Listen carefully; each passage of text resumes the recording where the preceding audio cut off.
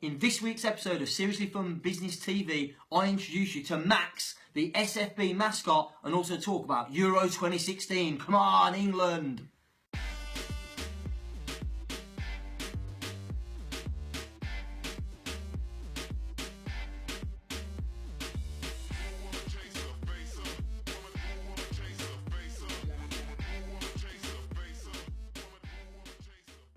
Hey, how you doing? Nick James here, and welcome to episode number 12 of Seriously Fun Business TV. It's Euro 2016 this week, ladies and gentlemen. Life is good, the sun is shining. Come on, Wales. Come on, Wales. What do you call 23 men watching the Euros? I don't know. Oh, come on, you're supposed to deliver the punchline. The Scotland squad. Hey! The biggest county in England. Right, so we're very excited here in the Seriously Fun Business headquarters. We've also got a special guest this week for Seriously Fun Business TV, making his first appearance. He's Max, Seriously Fun Business mascot. We love him. Thanks for joining us, mate.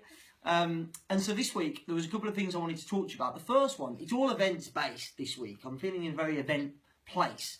I was at a client's event over the weekend, and I was thinking, because Euro 2016 started, and there's a lot of excitement both here in the office, in my house. Zach is crazy excited for Euro 2016. Nat's even getting involved as well in the excitement. And really, it got me thinking, what is it about a sporting event that captures the country's imagination, that captures the world's imagination, that gets people excited? And it's because it's an event. And it's because it's a rare occurrence. It's not something that happens really often. Now, those of you who aren't football fans might say, well, Nick, you know, we see football on TV every day of the week. My wife would definitely say that. But why is it that there's so much excitement around a major tournament like Euro 2016 or like the World Cup? And it's because it's rare.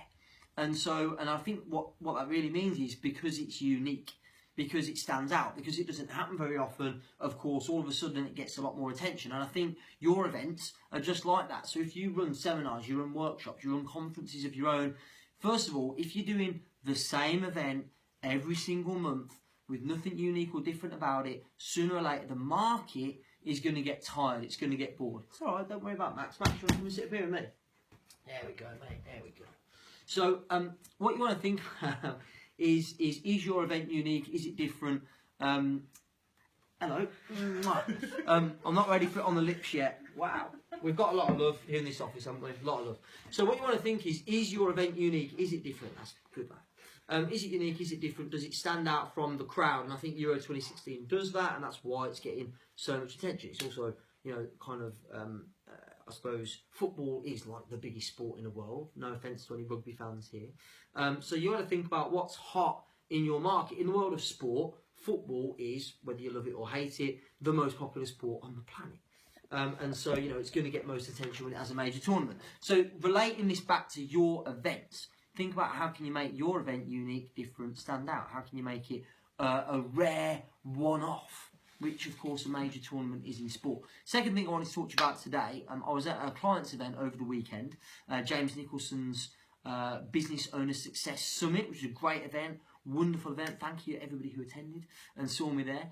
And this event was really interesting to me for one major reason, and that is that the Business Owner Success Summit, whilst it was a phenomenal event, probably had about half as many people in it as James's previous event.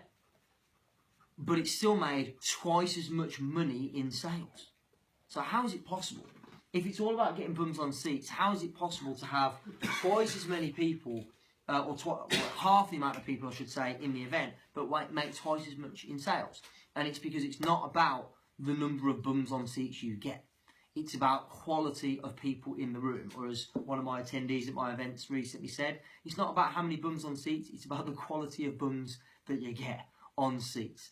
And so that's what enabled James to make twice as much money from his event, double his sales, whilst having half as many people in the room. There's countless examples of this. You know, I've got a client over in Switzerland who had a series of 3 events in December of last year, had a total across the 3 events of 14 people in the room, generated over 130,000 Swiss francs, that's over £100,000 in sales from just 14 people. So it can't be about the number of bums on seats. It can't be about the size of the audience. It has to be about the quality of audience. So the question you want to ask yourself is, who's my ideal client? Who do I really want in the room? How can I qualify them properly? How can I make sure that they're highly likely to want to buy my additional products and services? And then how can I do everything within my power to get them to come to my event? So I hope you found this week's episode, short as it was, valuable, especially if you're running seminars, workshops, conferences. You'd like to start running your own seminars, workshops, conferences. In fact, Fish, you know what we should definitely do? We should do, since we've just been talking about this, about getting the right people in the room. It's not really something we've talked about much before. You know, we do at the Bums on Seats bootcamp a bit, but it's something that I've really been thinking about a lot, and it's maybe something we should do a webinar about or something in the next week or so. Just if you're on Facebook Live and you're watching this, if you like the idea of me doing a webinar or some kind of training specifically around how do you get the right people in the room, how can you go about getting 14 people into an event that generates over £100,000 in sales, rather than how do you get 100 people in the room to generate maybe 30 or 40,000 pounds in sales. If you like that idea, if you're watching the recording of this and you like the idea, just post in the Facebook comments box or hit like, or if you're in the Facebook live broadcast, then please let us know if you think that's a good idea. If we get enough love for it, then maybe we'll do a webinar or a little training or something specifically about getting the right bums on seats. So as I said, I hope you enjoyed this episode.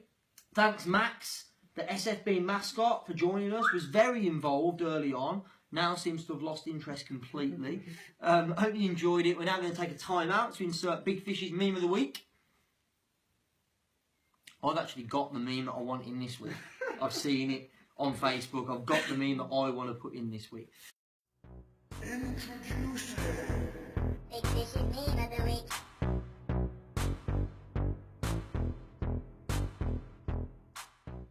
So once again, everyone, thanks very much for joining us. Say goodbye, Bish. See you later. There's no Yammer here this week. Max is in his place. Lauren, give us a wave and a bit of love. Big Fish. See you later. There you go. Take care, guys. Speak to you soon. You know what, Max? You enjoy that? Did you enjoy your moment in the spotlight?